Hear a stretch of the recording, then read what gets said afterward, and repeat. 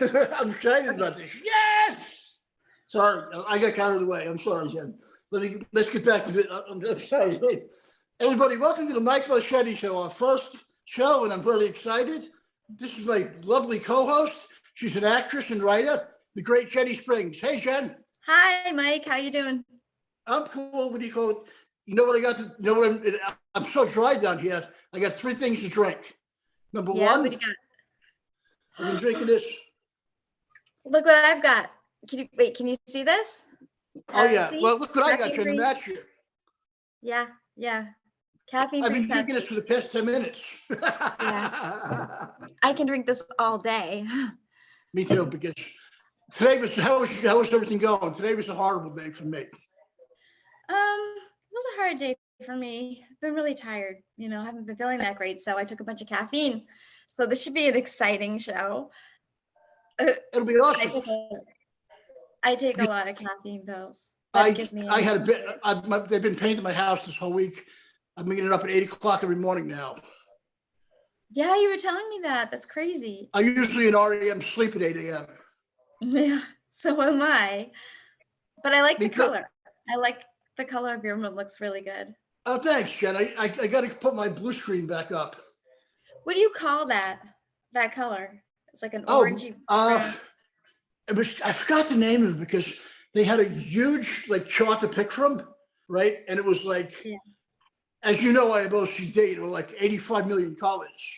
And it took me 5 days to pick one. But you don't know what you picked? I forgot the name of it. Well, it looks nice anyway. Thanks, Jen. I wanted something to make people happy and cheery and pop, Yeah. I think they say blue is the happiest color, I think. I was going to paint my room green. How weird would that have looked? I think it would look cool, but I like the color you picked. But yeah, but I don't like the white background is so blah. Colors do cheer you up because they really do. Because Jen, I want to bring on our first guest who you're going to love. She's an amazing person as well. I know Madison for a bunch of years now. She's an actress, writer, comedian, and she also worked in finance on Wall Street. Yeah. The great Madison Malloy. Hey, Maddie. What's going on? This is my friend Jenny. She say hello, guys, to meet each other a little bit. Nice to meet you. Nice to meet you. I read a little bit about your book. I didn't get a chance to read it because I just found out about this whole thing. Yeah. But I would love to hear about it because you talked about finances. Yeah. I did. I got a stack of books right here. It's called Time to Lighten the Fuck Up, which I feel like is a very relevant thing right now. I think it's very relevant. I could use a book like that. Can you tell me, do you have advice for someone like me who's always uptight? I'm usually like this. I don't even know it. Walking around like this. Is there a way to just relax and go through your day? And do you have any advice about that in the book? I haven't. Yeah, when your shoulders are tense, obviously you're tense. So try to be aware of pulling them down. But what I like to do is I'm not a person that really can sit and meditate for a long time. So what works for me is that I'll breathe in for 8 seconds, hold it for 8 seconds, then breathe out for 8 seconds. You should feel a lot more relaxed and better. If not, do it again. Isn't that called box breathing? Is that box breathing? It might be. It's just something that I do. And it kind of helps you relax and also figure out, maybe write down what's making you so tense. Obviously there's some anxiety of some nervousness or some unknownness, which is making you tense. So really write down what it is. And if it is an anxiety or a fear, write down what that fear looks like if it came true. And what you'll really realize is that those fears start to lose their power. You can drop your shoulders, breathe, and go with the flow. And another thing that I really like to do is always remind myself, no matter what happens, life is happening for me, not to me. So that helps you kind of go with the flow. You're like, wow, I really wanted that to work. It didn't, but this is happening in my greater good. So fuck it and move on. But those are some. Maddie, I wanted to ask you, and I'm sure Jenny would love this too. I know you worked in finance, right? And you've been in comedy for years. And we both like finance. Jenny does too, learning about money, stuff like me. Which is more brutal, showbiz or the finance world? Probably showbiz because it doesn't have like a base salary. So you're really slinging it. But yeah, probably showbiz. Showbiz. There's not as much of a direct path. It's kind of a very unknown, which causes a lot of angst and anxiety. So you really have to love it, and also really get a grasp on what you can control and what you can't. Jen, right? The thing is, Jen like was talking about stuff like that one day about, I forgot what you had said, Jen. It was a money thing. I forgot you were going to sign up for a while ago, right? Yeah, about being financially independent, about being smart about it, which I don't really understand stocks, bonds, the whole investing thing. I have trouble grasping that whole thing. So I don't know if your book would help me because I don't really understand the terms yet. Yeah, there's a couple chapters on, freeing your finances, freeing your mind. But one of the tips I'll give you, YouTube has so many great channels. I can send you some offline. I can't think of them off the top of my head, but that you can just watch in your free time and kind of financially educate yourself. But there's also all these financial advisors. You can walk into any of the banks and just say, hey, I've got X amount of dollars. I need some help. And they'll sit down with you and they'll say, what are your goals? What is your risk tolerance? And then you can get with somebody who can start investing. They'll come up with a plan, figure out what you can do every month because you want to be consistent. And then you're just going to start feeling freer, just more relaxed, right? That would help me because, I was saying, I'm like this all the time. Well, it's like, I'm always worried about money. That is what I worry about. And that, as crazy as it sounds, and I read about this in the book, that will keep money away from you. It's like a resistance thing. So the more you can find other ways to make money and like saving money, and whether it's you start with $50 a month and then you build to 100 or 250 and more, you're going to start feeling better about that. But worrying about money isn't going to make you more money. It's just going to cause this resistance. So I think what you really need is financial education, which you can get. There's tons of YouTube channels on it. It's great. Make sure they're obviously verified and they have a lot of, kind of good comments and ratings. And then also just go to your bank and figure out a plan, because I think you'll feel better when you're not so stressed about that. I think so too. Definitely. Thank you. We'll definitely of course. Those channels. Yeah, figure out ways you can bring money in, right? If you have a free night, maybe you can go guest bartend. Maybe you can go, help a neighbor, walk some dogs, whatever it is. The more money you can bring in, the healthier you're going to feel about it. I lived with the scarcity mindset for years. I was like paycheck to paycheck. There was months I didn't think I could make my rent. I was like an absolute mess. I had all this money and I went broke, made some bad investment decisions. So I've been in your boat. There's months like right now, things are a little bit tighter. And then there's months where things are a little bit freer. But you have to just know that money is an energy, and you gotta just use it as a positive energy. Money is a positive thing. It's not a negative thing. And just know that it flows to you, but you have to take action. You can't just sit there and fantasize about a dream home or a dream number in your bank. You've got to take the action. And I'm somebody who I was just like you. I was worried. My shoulders were always up. I was riddled with anxiety. I was sad. And when I just kind of started to unravel and uncomplicate everything is when things started to open up and change. This is awesome, Matt, because I was going to ask you, Maddie, and I know Jenny's definitely curious about this as well, I think. How long did it take you to write your book? So I had the idea for a long time after I was able to get over all my kind of self-sabotage hurdles, I want to call them, and just living kind of a miserable life that I was trying to escape from. And I would kind of write down the areas of things I was able to improve upon and things of that sort. But I didn't know where to go. I didn't know where to start. And I prayed to God. Prayer is a huge thing for me. They're very powerful. They really are. Very powerful. It was more powerful for me than the law of attraction, and they're both very similar, and we can talk about that. It's believing in something that you can't see, but you have faith that it's there. So for some people, it's the law of attraction. They can be like, okay, I have faith that I'm going to have this job, that I'm going to have this car, this house, this spouse, whatever it is. And then you just believe it. You don't question it. For me, I had trouble staying in that. So when I started praying, I said, well, I trust God, so it will show up. Jenny, you should email Maddie because she's a really good writer. She's very real, like David Mamet is. Yeah. Yeah, I didn't mean to make that noise. I was opening my Coke. But yeah, so I basically like went to I ended up in a mastermind. Like somebody told me like get to Mexico. 3 days later, I was in Mexico at a mastermind retreat with all these doctors and CEOs. And we were there for a week and it was this intimate gathering. And there happened to be a publisher there and we met. I showed him my idea and what I had and what I wanted to do. And 5 months later, the book was out. No. So that just happened for you? You just happened to meet upon a publisher and things just kind of went from there? Because I am a writer too. Power of prayer. I'm not kidding.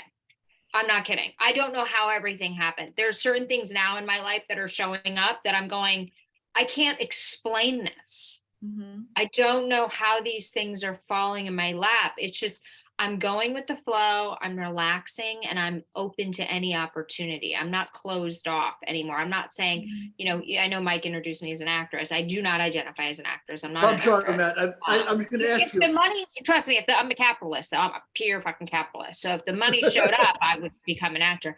But no, I'm more of an author and a speaker. People are still trying to drag me back into comedy. I'm kind of not really doing it. But tell Maddie, tell. I'm sorry, Jenny, what comedy's like. She's an actress, and tell her what it's like, what comedy is. I mean, it's kind of weird, right? Well, comedy is like anything. It's the attitude you go in with. There's going to be struggles. There's going to be blocks. There's going to be self-doubt. If you're not confident, obviously you're not going to take the risk you need. You're not going to be willing to try new things. That was a thing for me for a long time. You start defaulting back to the old material, and then you're never growing. I know. But it is brutal. But if you have a positive attitude and you're not engaging in the drama and you're having fun with it, it's a really great environment. I would say comedy was a very positive experience for me overall. I met wonderful people, Mike Bocchetti being one of them. Thank you, Maddie, because wonderful people that I never would have crossed paths with. So Jenny's a very funny person, actually. Sometimes, like some people, like you are, some people just, you know what I mean? You can't manufacture funny. No, I think you're just kind of born with it, right? I was born with like a naughty mouth, like a naughty head. I'm like, I just think I'm just a pervert. I don't know why. Matt, the thing is that both of you girls aren't from New York originally, and people seem way cooler because New York. Jenny's from Massachusetts. Oh, from Massachusetts. Oh, I thought you said from New York. I'm like, I'm not from New York. I'm not from New York. From Colorado. That's Colorado, yeah. Colorado, okay. Yeah. And do you live in New York now? Or no, I'm kind of still a nomad. I was in New York, I went back to Denver, and then I'm here just for kind of promoting my book and my book tour, and then I'll go back to Denver and then come back to New York. But I think I'll just be in New York part-time going forward. I love New York City, but I love it like 6 months out of the year. And then I'm like, okay, I really like the suburbs. I became a suburb person. You know, I just like waking up to green grass and no trash on the streets. That's kind of nice. You know? It's wonderful. No homeless people. Wonderful. Like, it's great. Everything's great. But I am so interested in like the process of publishing a book, writing the book. How long did it take you to do this whole thing? Because I am a writer, but that's another area where I get anxiety. I feel like, well, am I good enough to do this? Can I really do this? Can I really share with the world my thoughts? It's like showing my naked soul. You can, and the only one that's preventing you is you. So start laying stuff out. Have some chapter titles. Know what you want to talk about. Know what category you're in. What's your target market?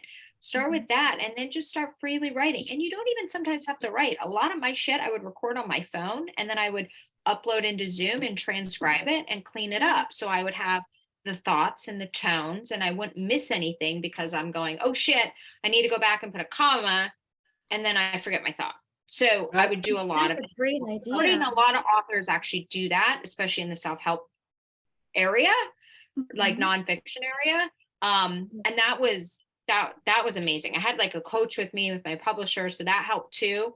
But you just gotta like do it. Like there's literally nothing holding us back in this world except for us, right? So we sit there and we wait around for people to say yes. We wait for the agents, we wait for the casting directors, we wait for the film directors, we wait for everything.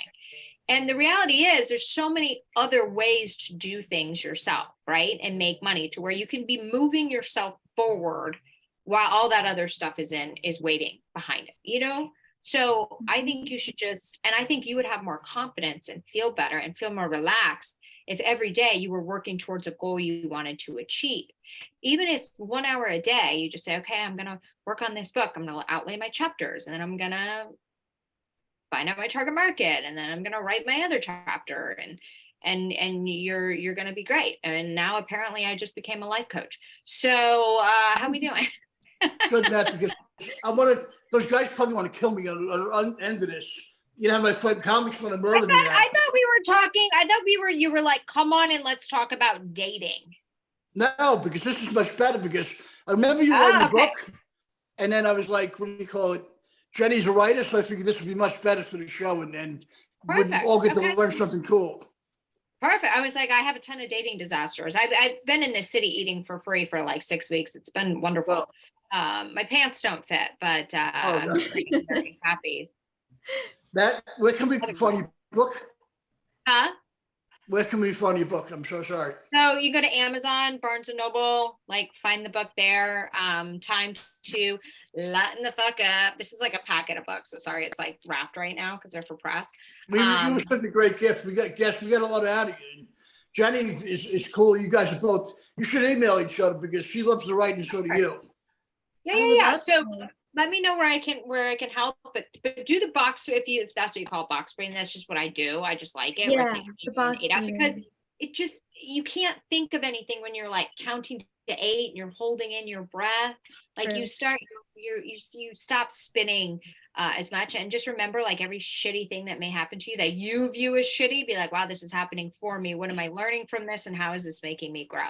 And you will start to propel forward. Another thing too is if you're feeling like a little bit blue and a little bit down, and go get your hormones checked. Go to a private practice doctor and get your hormones checked. Not a primary care doctor, because an endocrinologist, I have one. They will fuck you. Private practice. It's not that much. They will do a full check just to make sure your body and your mind are working. Because I always tell people, I'm like, don't go run and get antidepressants. Don't go run and throw your money down. I refuse to take antidepressants, but I do have some autoimmune issues. I do. I actually do have that. So it's interesting. So make sure your body's working, and then if you still need it, then that's another discussion. But that's another thing too, is like maybe your nervousness and your uptightness and your anxiety it could be coming from maybe a hormonal imbalance. I mean, I had low testosterone, and I thought, well, that's fine, I'm a girl. No, I have it too. I have low testosterone. But isn't that okay? The doctors say, oh, that's okay. It's a little low. It's doctors okay. Doctors will write Yeah, well, doctors, they just kind of brush everything aside. Even when they say, your thyroid's really off. That's okay. Private practice is always the best, because they're not held by the insurance companies. So they can do more in-depth panels. But then that goes back to the fear of money. But you're going to make more money once your mind and your body's functioning. Everything else is going to come into play, right? So your body might not be functioning because maybe something's off, maybe something else is going on that you don't know. So you can't think properly to then bring in that opportunity. So you got to make that investment, figure out what's going on, get your body in check, and then boom, watch everything else fall into place. I'm telling you, it happened to me. I thought I was falling apart. I didn't know what was wrong with me. I was so depressed. I felt suicidal at times. I was like, I was a mess, and I would come off confident, and I was dying on the inside, literally dying. And I found out my vitamin D levels were in the trash. My thyroid wasn't working. My testosterone was in the trash. Women need 200 to 300. Mine was at 19, like had the pellets put in, had the thyroid medication, got the vitamin D, like my whole life changed. And then was like, bless you, Maddie. That's amazing. Started praying, and it was great. So girl, you got this. You just got to take charge of your health. It's hard because I always think, oh, it's going to cost so much money, because my regular endocrinologist, he'll see the numbers like being really high. He'll accuse me of not taking my thyroid replacement, and I take it every day. And he's telling me, no, you don't. Maybe you're on the wrong medication. Well, it's levothyroxine, and he's like, yeah, no, it should be fine if you're taking it every day. You're obviously not, and I am. Okay, so let me tell you something. This is why you need to go to a private practice. You need to find the money. You need to borrow the money. You need to go. So I was also on levothyroxine. So here's the thing.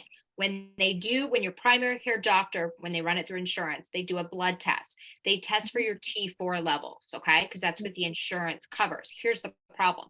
A lot of people that have a thyroid issue, their T4 levels are off. So they'll be put on a levothyroxine. That's what I was on for years. And then I still wasn't feeling that great.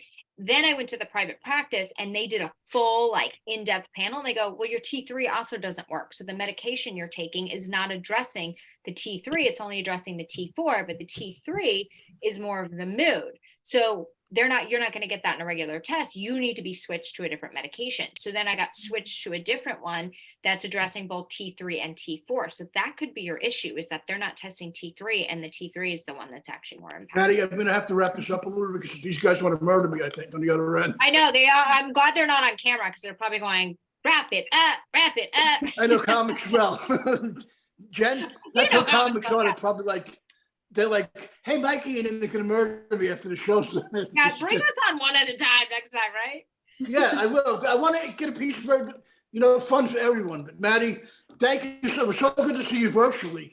Thank you. I'm so excited for you guys. Congratulations. And thank you. Jenny's new. What's up? She's going to be fun. I'm new to all this, so I don't really know about podcasts. I don't really know what I'm doing. I'm just kind of winging it. You're in good hands with Mike. Everybody loves Mike. Anybody wants to help Mike. We love you, Mike. You are amazing. Thank you, Maddie. Your success. I'm pumped. I will see you soon, Maddie. Thank you. All right, I'm dropping off. Okay. Buy my book. Time to light the fuck up. I'm going to buy that book. I go to Barnes and That book is awesome, right, Jen? Perfect. I booked Maddie because I knew you guys would click. Yeah. Right? I can't wait to get I the got book. you, girl. I can help you where I can. Thank you. All right, you guys have a great show, and thank you so much for this opportunity. I appreciate it. Thank you, Maddie. All right, bye. Thank you. Bye. That was fun, Jen, because I knew you guys would click. I wanted to book people you had fun with. You know what I mean? Yeah. No, she had a wealth of information. I'm really excited about this, and I want to get her book. It's going to be cool, right? Yeah, definitely going to be How cool. you doing, right? And I think I'm going to go to one of those doctors because she makes sense. Like, yeah, you're losing money when you first go to them because you're paying out of pocket. Insurance doesn't cover it. But on the other hand, you're gaining money because you're getting your life back. Absolutely. You can't put a price on your life. Or on your health. No. Your health, right? No. Jen, Yeah. we're going to have to hold our next guest. He's a longtime friend. I know him like over 20 years. All my friends I know for a long time. And that's great. Thank you, Jen, because you're going to love him. He was a writer. He wrote for the Howard Stern Show. He also had a show called the Miserable Men Show on Sirius. We go back like at least 20-something years. My good friend, the great Mike Morse. Oh, yeah. Take your top off now. I'm sorry. I was on another site. Hi. I thought you were ready to shoot me. How are you? Listen, Good. I'm glad Mike, to finally. This is my friend Jenny. Jenny, hi. Hi. Nice to meet you. I'm so glad to be finally hanging out with people with low testosterone. Listen, I had plenty of testosterone, but I actually donated most of mine to kids from China and Africa because it's kind of guy. He's been a good friend of me, Jen, because Mike got me started in radio when he called out Sirius XM. We had a show called the Miserable Men Show. Mike did. Right? Yeah. Well, it was Bob Levy, Shuli Agar, Mark Burns, and myself. It was a great time, and you were always amazing. Oh, thanks, Mike. The best. Can you tell Jenny that funny story about Halloween? Oh. Jen, they like playing pranks on me, but not nasty in a good way. No. What happened to me? Listen. Okay. All of us, and it's a Stern universe where everybody's ball busters. Everybody is. Yeah. Can we swear here? Or are we good with swearing? I don't, Jen. What about you? I don't care. I mean, I don't care. It's as long as it's right, allowed, I don't care. All right, I'll try not to get too salty, but for Halloween one time we have this other guy Lenny that we have on quite a bit back then, and so we said everybody's dressing up, so come in your best costume, and of course none of the hosts dressed up, and Lenny and Mike dressed. You were a witch, right? I was the Wicked Witch of the West. Jen. So he's in the whole regalia, and Lenny's in his whole thing, and so they're sitting there, and it's like everybody else is in their street clothes, and it's like, that's kind of stuff we did. Because I come in, I was like, oh no, Jen, you know what they're gonna have me originally dressed as? Dorothy What? from the Wizard of Oz. Dorothy. Oh, that would have been That awesome. Yeah, but Jen, I felt bad enough as the witch because I came into the city dressed like that. That was the whole thing. Yes. So Jenny, so I want to know about you. So how do you know Mike? All right. So I was a little bit involved in acting and a lot involved in modeling when I was a teenager. Mhm. Then Oh, I you kind of grew still up in are, school, obviously. Look but- at you. Yeah. But I went to school, had kids, the whole thing, had a family. Right. Kind of fell off the grid for a while, and then now my kids are older, so a couple of years ago I started back into the acting scene, and I started with background work and stuff like that, and I actually decided I'm going to go way outside my comfort zone because that's something I love to do. I really like to challenge myself, and I have this fear of driving. A lot of people know about it, and so I decided I'm going to drive to New York, which is Wow. And where are you from? absolutely- Where were you? Where were you? oh, I live in Massachusetts. Okay. So it's about a 4 to 4.5 hour drive to go into the city. And so that's like terrifying for me because it's the highways I hate, and it's all highways. Yeah. Oh yeah. But anyway, I took a class from Richard Klein, a comedy class, and I loved it so much that he said he had another class, a longer class. And I went to that, and that's where I met Mike. Well, with We're in Mike, the and same it seemed class longer together. at least. Yeah. Yeah, absolutely. That's cool. And so now you're the co-host. So cool. And you're living I in New want to York. tell you something, Jen. Jen has one of these. I sent her one. You are not only a funny man, a great writer, but a brilliant artist.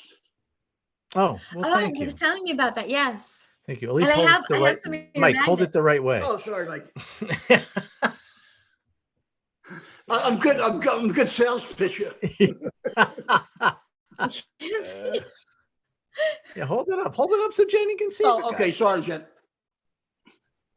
Do you know where the camera is at all? Did you go to the eye doctor today too? No.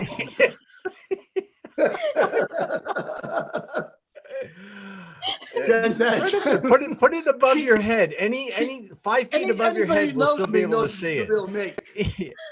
Like hold it up a little higher. Above your head, and you have 5 feet of space to do it. Wait, look.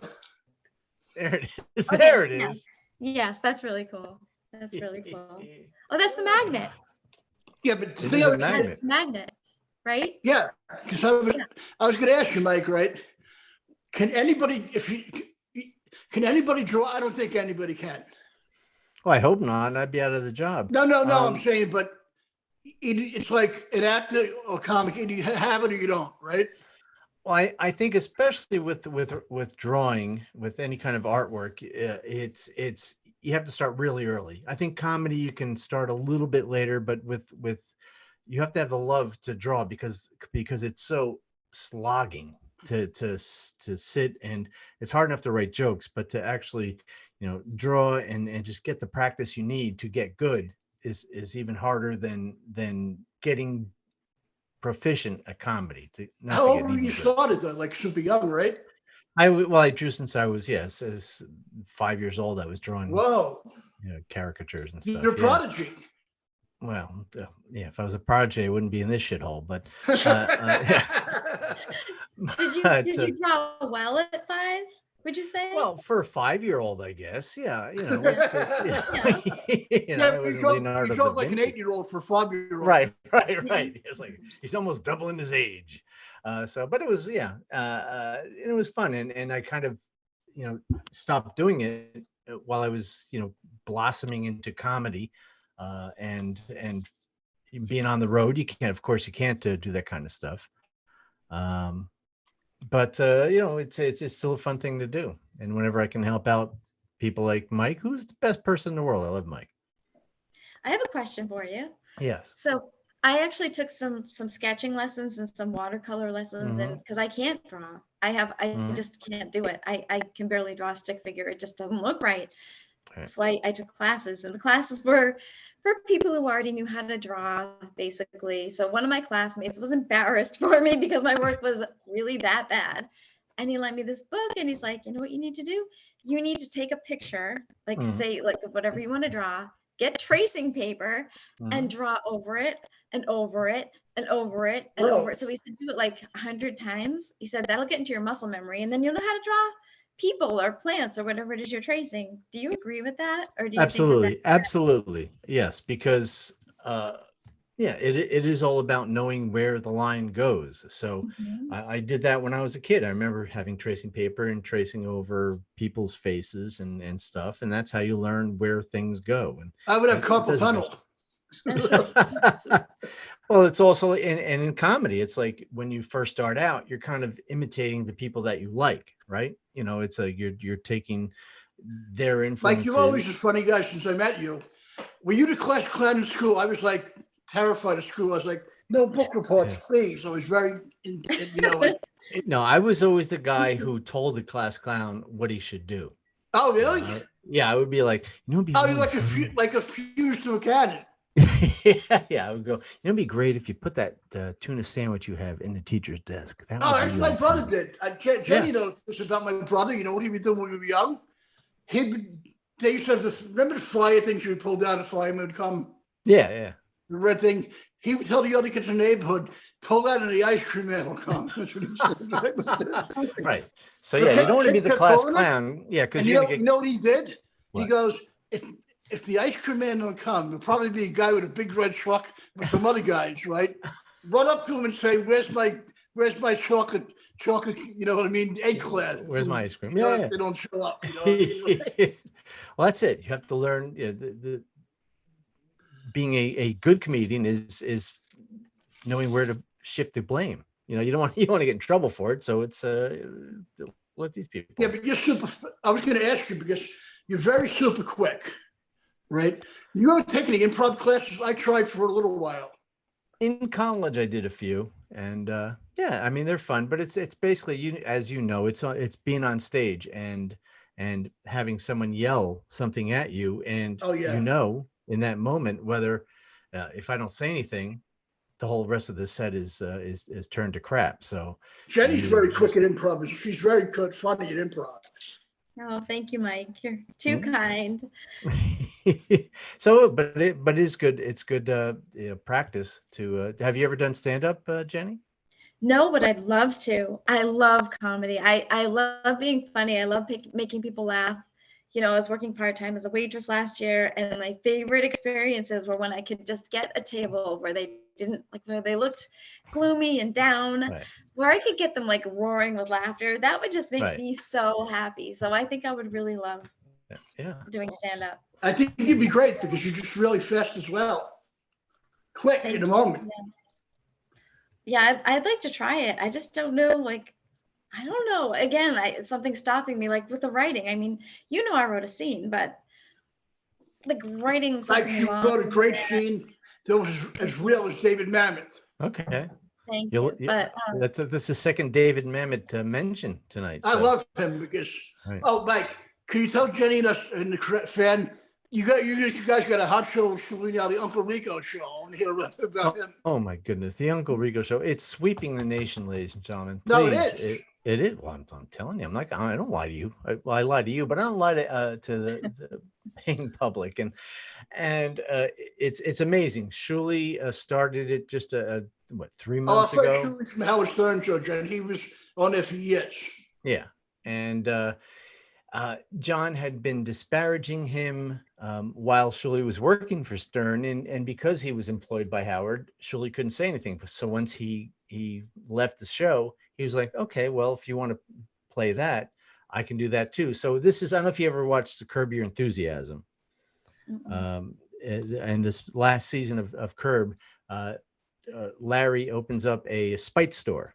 There's Java Joe, so he next door he opens up Latte Larry's. Just he puts $1 million into the store just to fuck up the other guy next door. And so this is so Shuli just like, well, I'm just going to start making fun of John's podcast on my podcast. I can't wait to come on and have fun with you guys.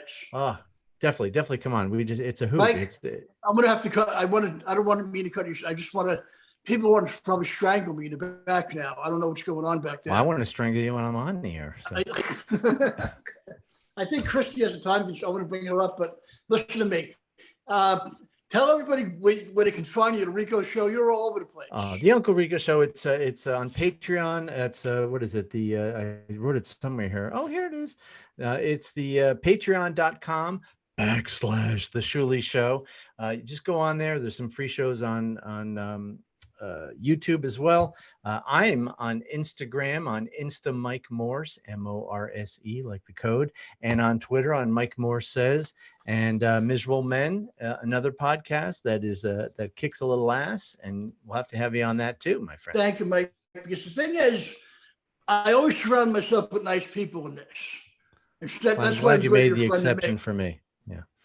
Thank you, Mike. I want to have you come back on soon. It could be a longer time because I will definitely talk to you soon. Thank you a million times over for coming on here. Mwah. Thank you for everybody. Chrissy, Jenny, nice to meet you. You guys have fun. Thank you, Mike. All right, I'm going to go now. Hey, Jen.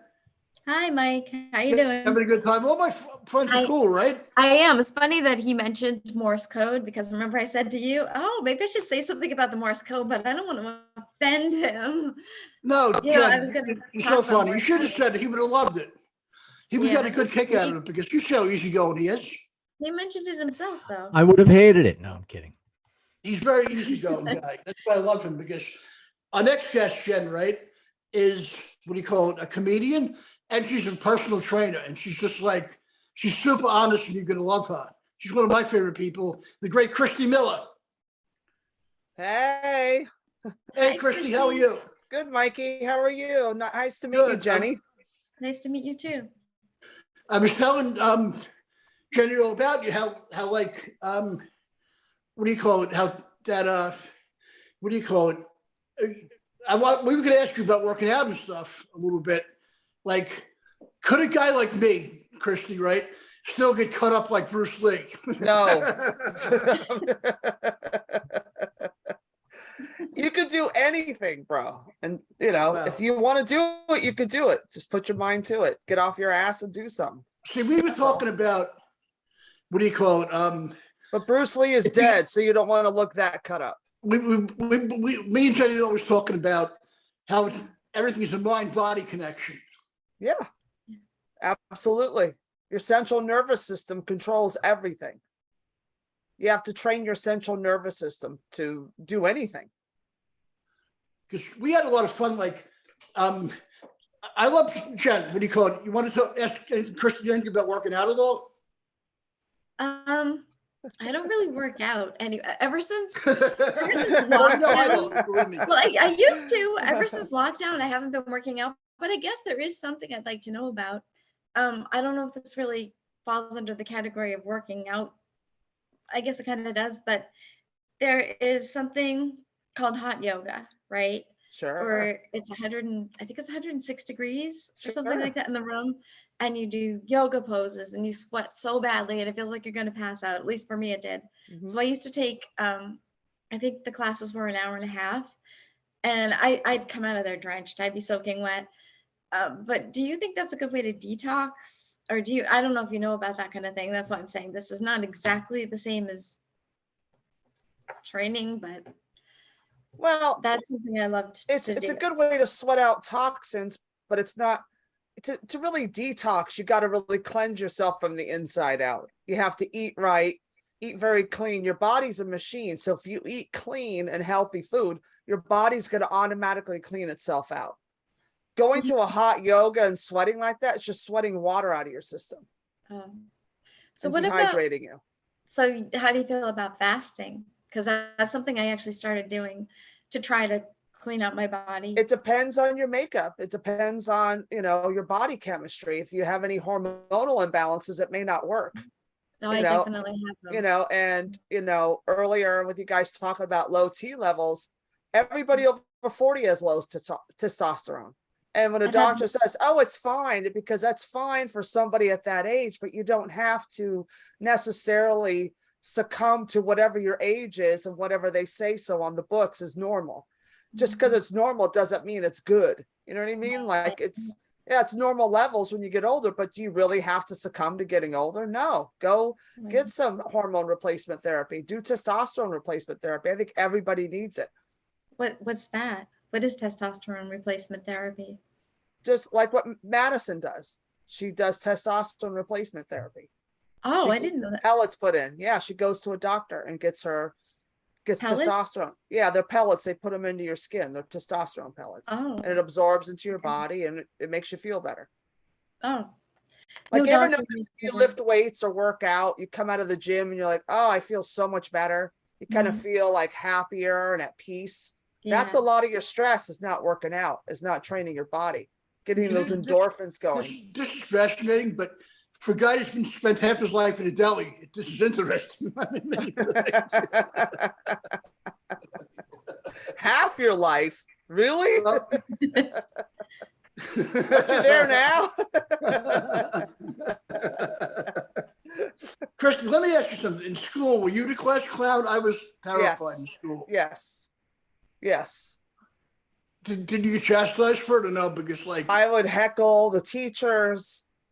I would add stuff to people if they were speaking in front of the class. And, just because it was boring. And I'm like, oh, you suck. I was like, boo, and I would like heckle. If you had to do a report out loud in front of class, like you always had to read your reports, I would always heckle somebody or say something and get a big laugh. And then when I would do my reports, I would actually write jokes somehow into them or make it funny if I could. because most people out in New York are cool. Like I'm sure you heard when we were talking Madison. Jenny's from Massachusetts, and I know you're from San Francisco, which is cool. Jenny just went to California on vacation last year. Oh, fun. You did. Where'd you go? Well, originally it was a trip to Hawaii gone wrong because they had these really strict COVID rules and we didn't have the right test and it was a mess. So ended up in Los Angeles, but I did the Walk of Fame, like there was a farmer's market. But it really wasn't organized. I couldn't really plan anything. Now my favorite thing would be, I think, which is gonna sound so stupid, but to go to the Max Factor Museum. Oh, I yeah. don't know if you know about that. Yes, I do. And it looks so cool because I'm really into like vintage stuff, old Hollywood.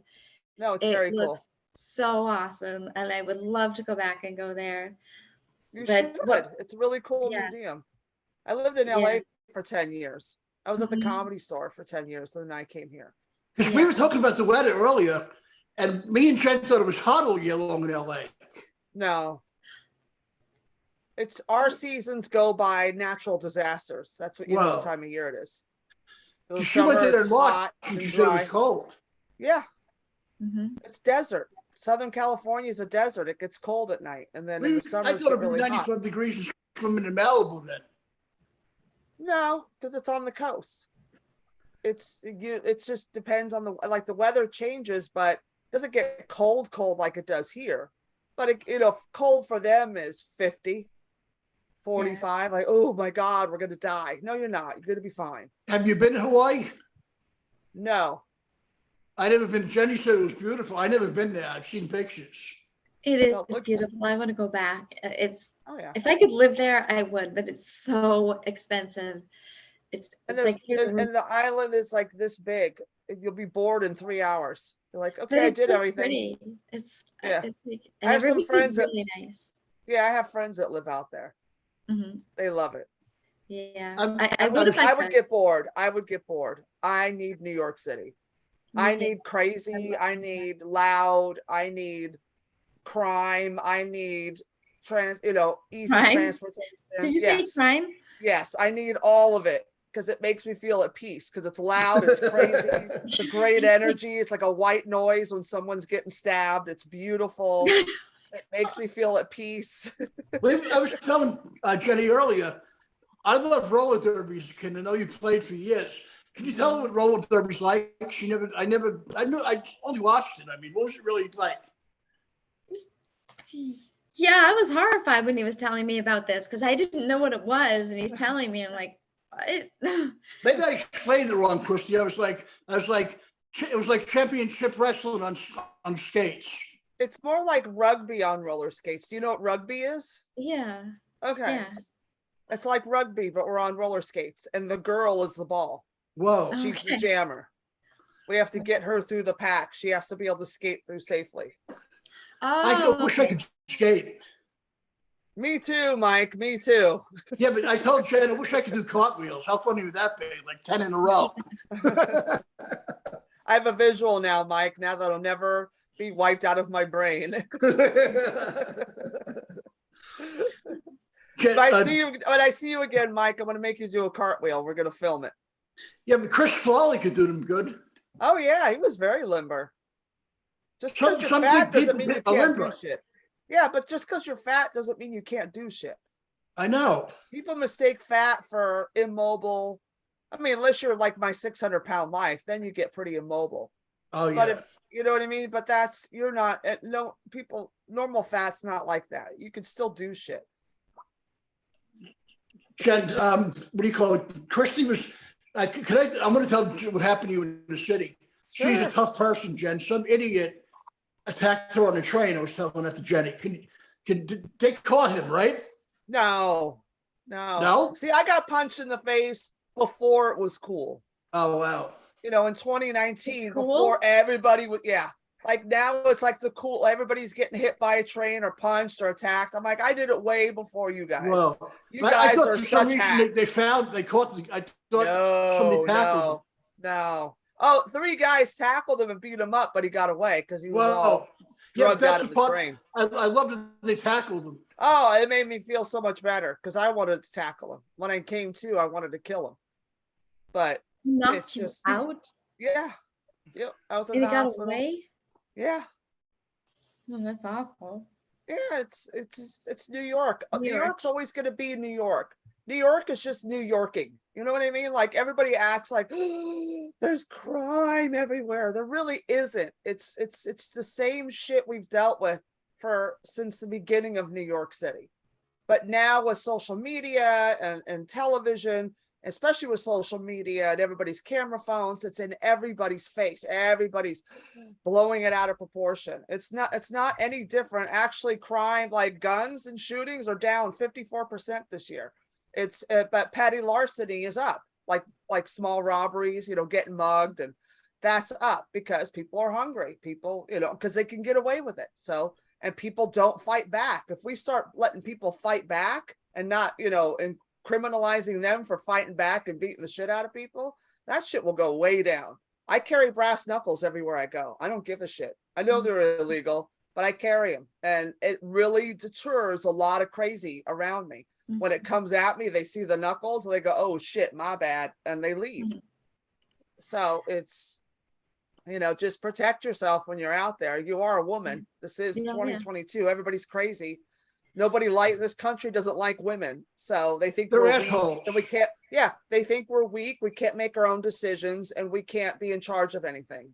Let me We're tell you too something. In my emotional. opinion, girls, ladies, listen, I think, what do you call it?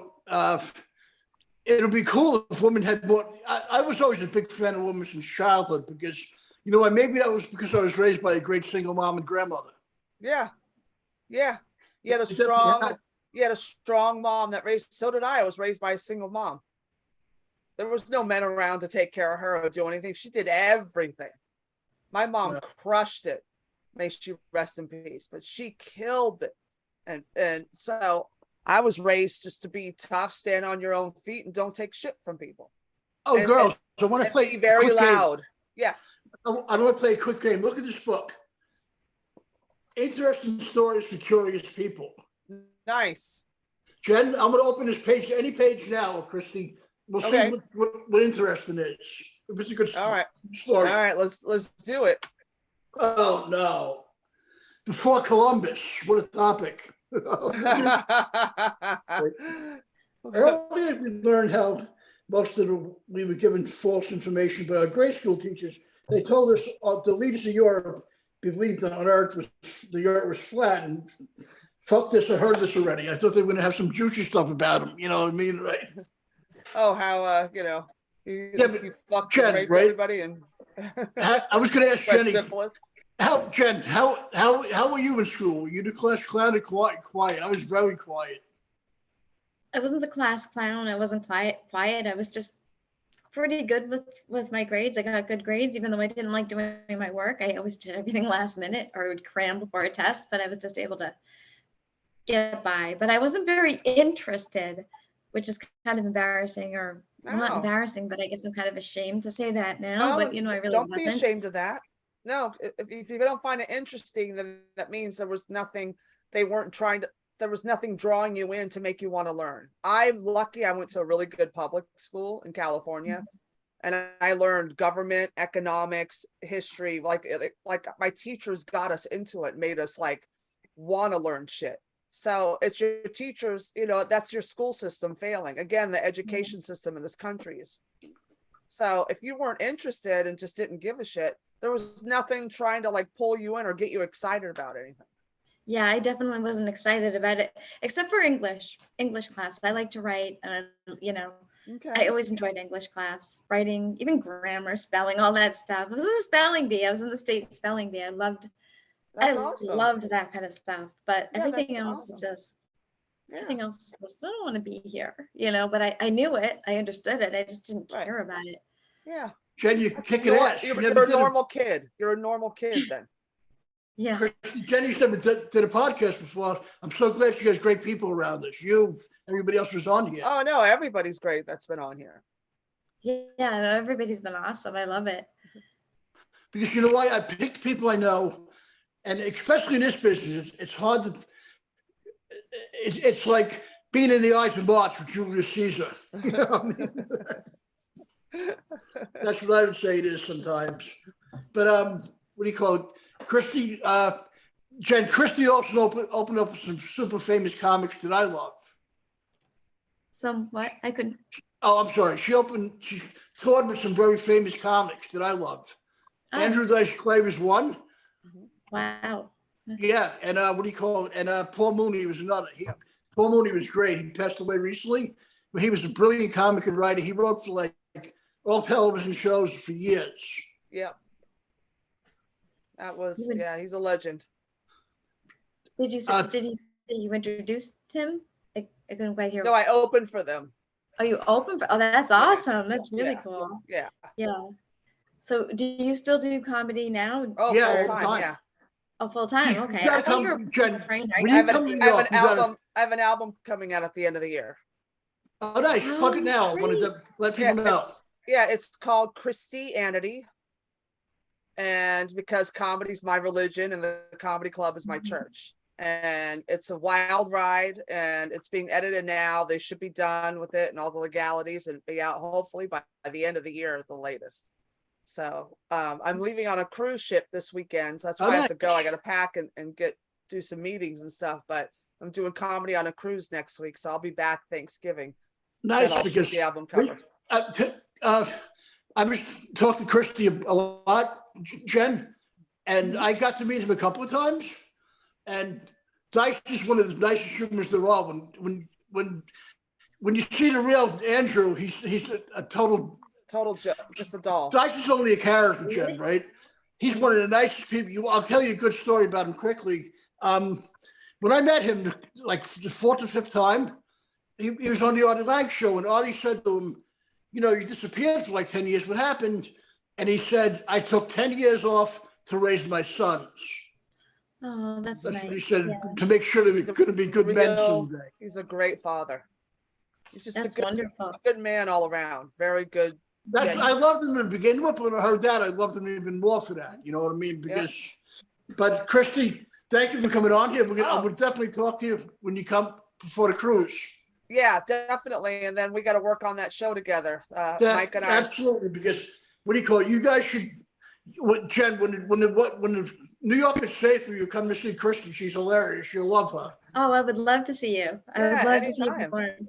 Yeah, it's a wild ride. It's a wild ride. I like it. I like that. Yeah. So yeah, that would be great. There's a lot of my God. I will definitely talk to you soon. It was so much fun. I love you so much, Mikey, and it's great to meet you, Jenny. Great to meet you. And thanks for everything. Bye, you guys. Bye, Mateo. Bye. Bye, Christy. Jen, that's fun. I'm glad you are kicking butt, Miss Springs. Thanks. I'm just kind of Yourself. listening to what they have to say. What? You yourself, and I love every minute of it because Thanks. I knew you would have a great time with people I book because I know how much you like movies, and so do I, right? Our next guest is a longtime friend. I know him about 20 years. He's a filmmaker, and we're gonna pick his brain a little bit about movies. I know you love movies like I do. He loves all kinds. My good friend, the great Frank Bonacci. Hey, Mike, what's going on? Hey, Frank, how you doing? All right?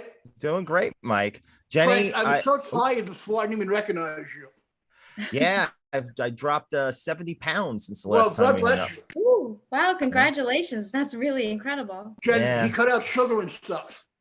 Well, I Right? had to. I have diabetes these days. I fucked around and found out. Jenny, I just wanted to say I've been watching the show from the back. I absolutely love you. I want to hug you, not in a creepy way. I just want to hug you. I think that's sweet. Thank you. Frank's Thank got a you great so wife, much. and he has a I want to beautiful tell you puppy. something. I want to tell you something. I have a huge problem with sugar. Like this What kind Pepsi, you talking this is about? caffeine free, but I take caffeine pills. Like, I got caffeine free because I take so many caffeine pills. But like I have so many Pepsis a day, it's not even funny, and I cannot stop. And I'm worried I'm going to get diabetes because it runs in my family, and I already have hypoglycemia, so I think I'm probably at a higher risk. But yeah. Yeah, but getting back to what the other guests were talking about, like in fitness and stuff, really, I found out. I went to the doctor. I was like, "Oh, you're diabetic." I'm like, "What?" It's like, "How did this happen? I'm only 265 pounds." It's like, how could this be? And then, so I started doing yoga. It's funny, you were talking about yoga before, not the Vikram yoga that you were doing. That's a little too intense. A lot of weights and stuff. And I don't need pills or insulin at this point because God bless you, Frank. I got it down naturally. So That's fantastic. exercise Right. saved my life. Jenny likes movies. I do the classic ones. Oh, I like my movies myself. Frank, what is your favorite? Jenny had me watch a movie, and as an un-American, We as it made a sounds- movie, Mike. Remember? Yeah, but un-American as this sounds, what do you call it? I never seen the Indiana Jones movies till one. Jenny got me to see, and it was mind blowing. It was called In Search of the Lost Skulls. Raiders the of the Lost Kingdom- Ark. Oh No, no, no, Kingdom of the Crystal Skull. It Oh, was the one okay. that kind of flopped in the box office, but Sure. my son loved it, and I just had How old's your son? watch it because I thought he might enjoy it. How old's your son? Oh, my kids are adults now, Ah. 20 and 22. Oh, but he was a kid when like 2008, I think that came out. So I yeah, guess that's when yeah. he saw it. So yeah, he's right age I for that loved kind it. of I'm movie. like, I should have watched it 30 years earlier. I love those kind of movies now. The first one is really the best. Actually, my personal favorite, we talked about it on my other podcast, Draft Class. My favorite is the third one, Last Crusade, because I think it's the funniest one. You got Sean Connery. It's amazing. I haven't seen Frank, can you any tell- of the other Jenny- movies. What? Do you like the Twilight Zone? I do. Yeah, everybody. Because Frank has a whole podcast about it. Yeah, we are on the Zoning Out podcast. It's on the Bloody Disgusting Network, Bloody FM, if you want to check that out. We essentially do episode recaps of the original Twilight Zone series. We just break down each episode. We're a bunch of over analytical dorks, so it's just us just breaking down the minutia of each episode, and then it veers off into weirdness. Like last episode, the last like 10 minutes of us just doing Arnold Schwarzenegger quotes at each other. Wait. So you did each episode? Like you covered Well, we're all still of them? doing it. We're only on episode 11. Oh. And yeah, so like that's the plan though. We're gonna go through every episode, potentially the 80s series that the reboot series they did in the 80s Mhm. that Bruce Willis started on, if you remember that episode. Mhm. We're definitely gonna do the movie and just anything Rod Serling related. We're just big So- fans of the show. So I wanted to pick your brain about something. So there are actually 2 episodes that I can't find that I remember from being a really, really little kid, like that were shown in syndication on TV. So one was like a little girl named Jenny, and the father called her a monkey. I think it was her father. My father used to call me a monkey, and I was Jenny, and so I just thought it was like so cute. But I don't really remember the story with that one. I just thought that was so weird. And then there was another one where a kid, I'm pretty sure, gets lost in the wall or something like that. Oh, Like they I know can't that find their one. kid. Yeah. Yeah, I can't find that anywhere. And I just remember the kid was like, they could hear the kid, but they couldn't find the kid. Yeah, they spoofed that episode on Simpsons Treehouse of Horror, where Homer 3, where they do the CG animation, season 4. I didn't go out much as a kid. No, me neither, really. No. Yeah, Twilight Zone we're all just casual fans. We're not experts or anything. And that's the show. It's just like, we're all casual fans. Like, how many episodes have we seen? But it turns out everybody's just seen the same few episodes. So like the Burgess Meredith, he broke his glasses episode. Oh, yeah. Or it's a cookbook. It's a cookbook. Like, those are the episodes that they always show on New Year's. Oh, Sebastian Cabot is the devil. The plane one, right? Is the one with the plane. Nightmare with on the- 40. Yeah, Nightmare at 40,000 feet. Yeah, that's Yeah. with William Shatner, Whoa. which they did in the Popular movie. one. Yeah, Yeah. right. Those are the same ones that everybody always talks about. And it's like, there's like hundreds of episodes. So Yeah. has anybody done like a real deep dive of this show? So let's like really like see the episodes that we've never seen. And we're discovering like, wow, this is like, why does this episode not get talked about? There A few are duds. there definitely are so many, right? Yeah, there's a few duds in there. I mean, after any show does, but it's incredible the amount of quality that show pumped out. And it still work. A lot of the shows still work today.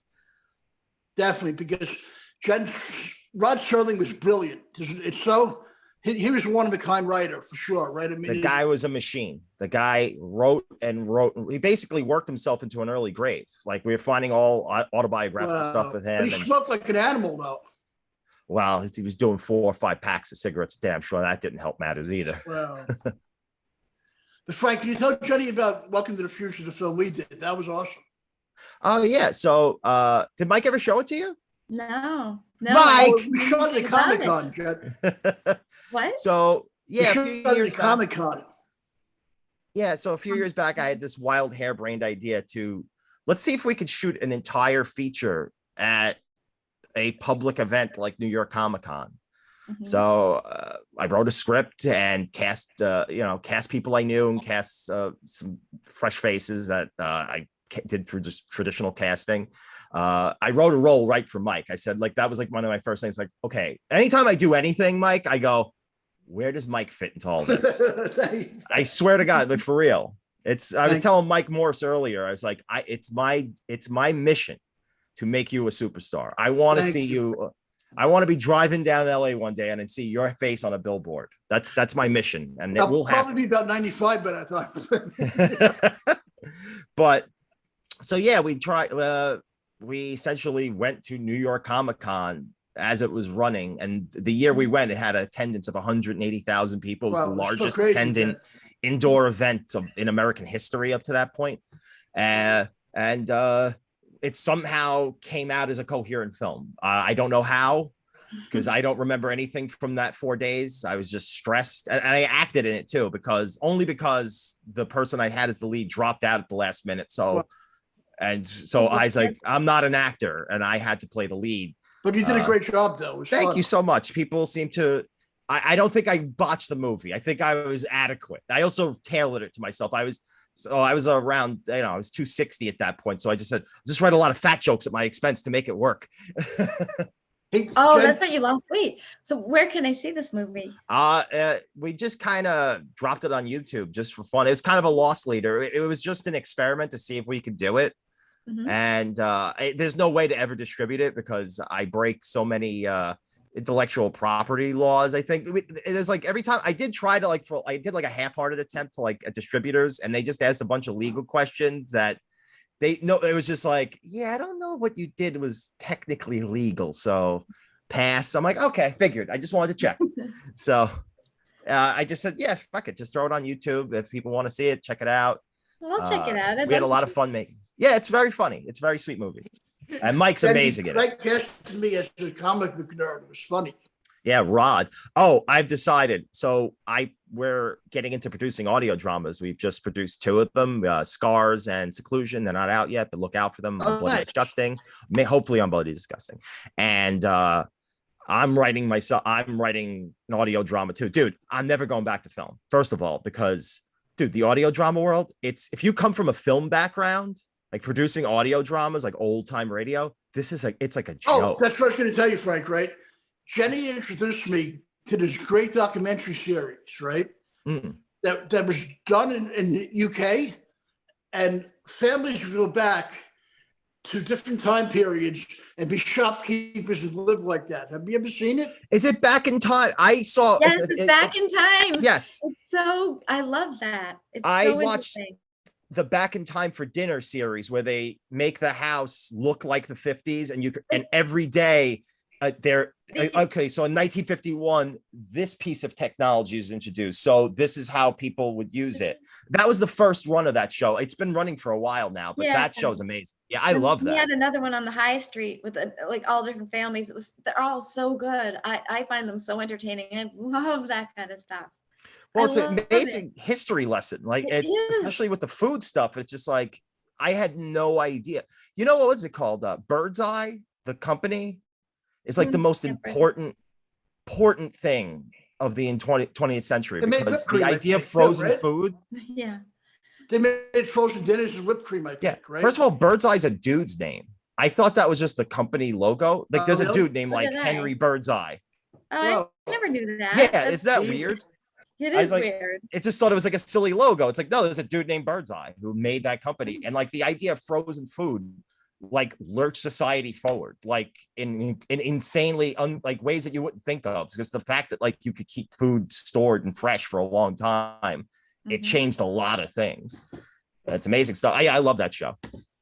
Jenny, I was like, so good, right? Yeah, it's great.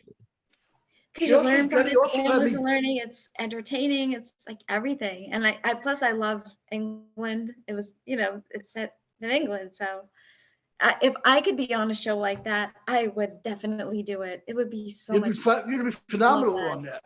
Yeah, documentary like that. Documentary series from the UK are so weird, because I'm used to people just screaming at each other constantly on like shows like that. Here you are. There's so well, that's how those shows play out here. If like it's like people would be fighting on the show, but everybody's so mannered. Like the whole Back in Time series is like, you're roughing it. These families have to really rough it, and like in America they'd heighten the drama and make everybody just screaming and cursing at each other. In UK it's just like, oh, this is a sticky wicket, isn't it? They did have a little dispute, like the shopkeepers, I think it was the shopkeeper family and the butcher family. Oh yeah, they were kind of having it out. They're definitely doing some bad tactics to each other, right? Yeah, they were like sabotaging each other. Yeah, it was horrible, right? It's like started it. Our mother started it, and it was horrible, because it made me think that they do stuff like that in real life. They might have at one time. Probably did. I think all throughout the history of humankind, people have been doing things like that. But it just, I don't know. I actually kind of found that funny. Like when, I loved it. That whole bickering thing, because it was. Well, it's drama. It's yeah. But it was just like the things that were doing to sabotage each other were really funny. You'd have to see it. It's awesome, because Jenny also introduced me to. I mean, I read a little bit about him, but Sherlock Holmes, one series over there was awesome. When they, the Cumberbatch one. No, Jeremy Brett. Oh, the best one. Yeah, that's the most authentic versions of the show. Yeah, the Jeremy Brett one. Good, right? Yeah, it felt like we were back in the 1880s over there.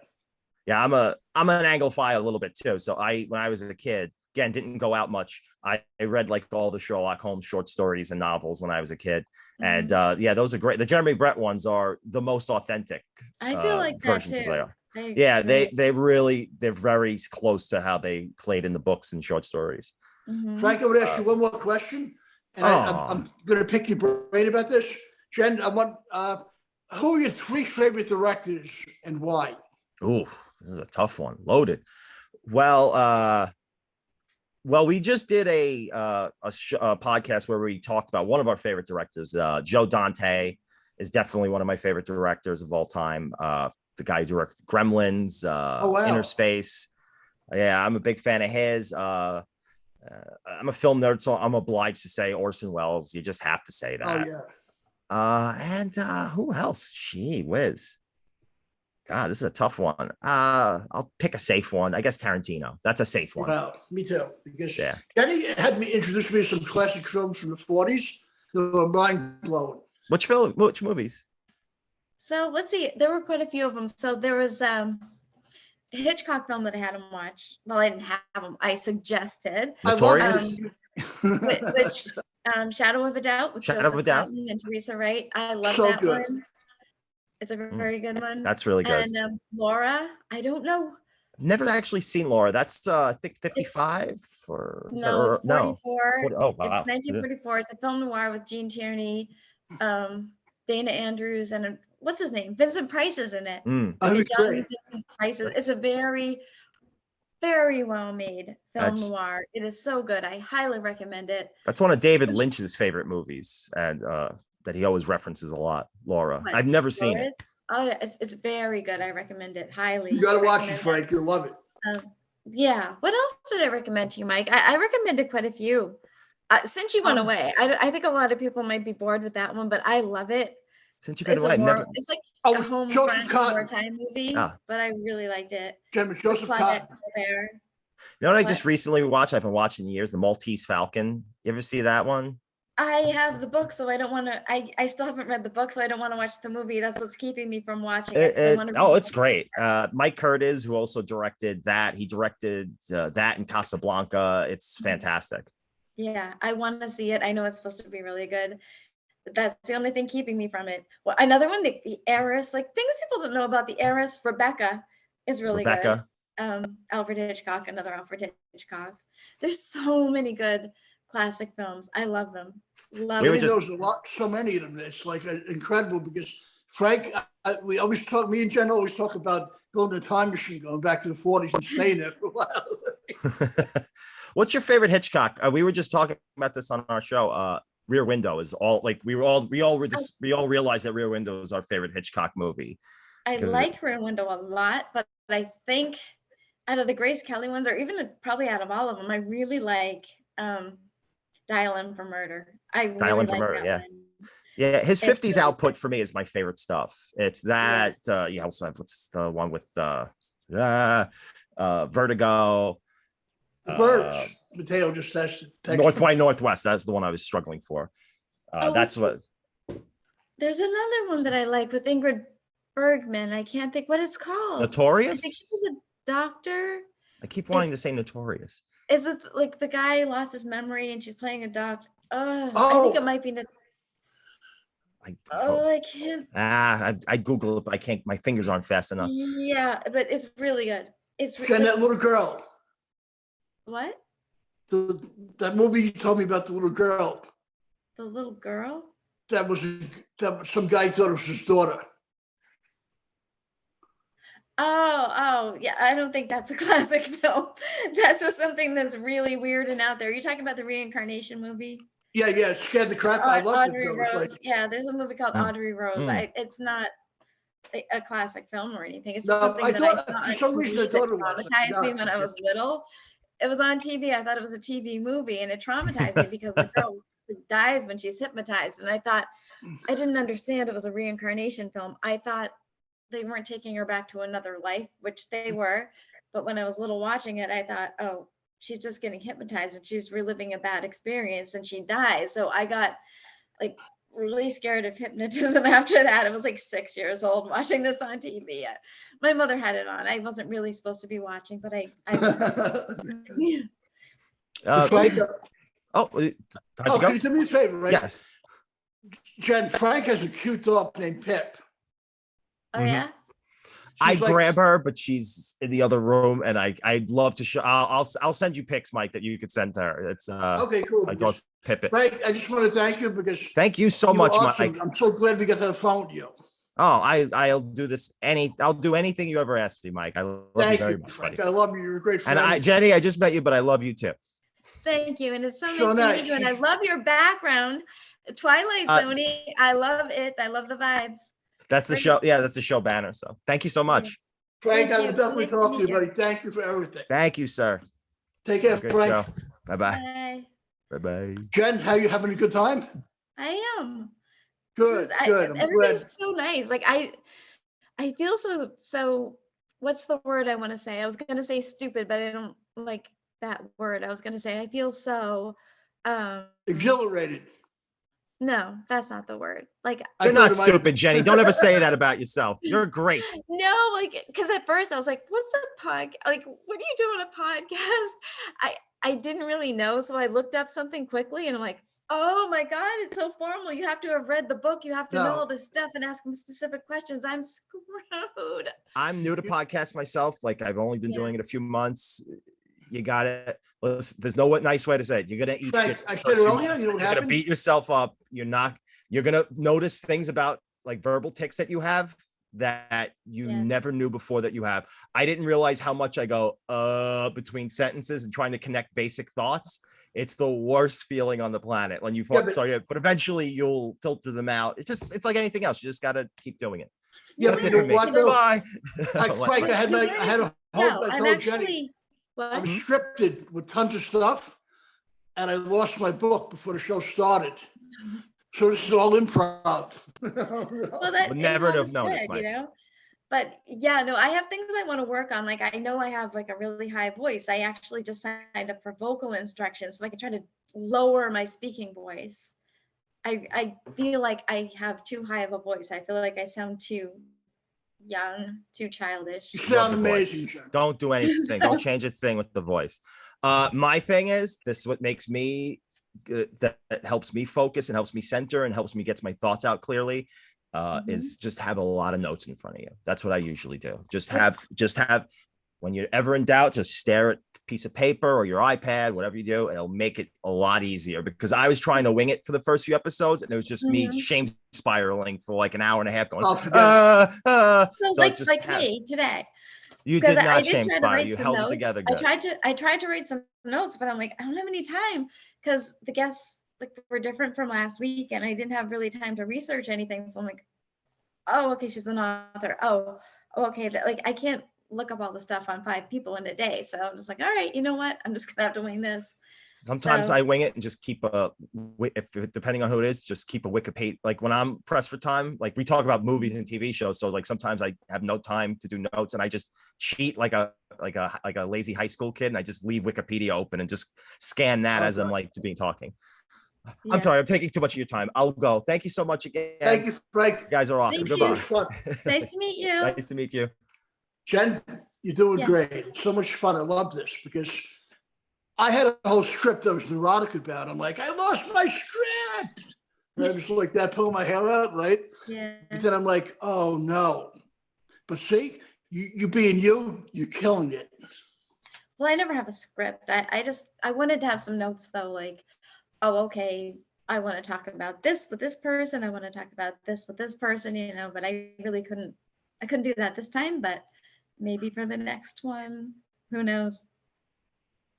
It's going to get better and better, believe me, because Okay. first of all, I want to thank my co-host, the wonderful, great Jenny Springs.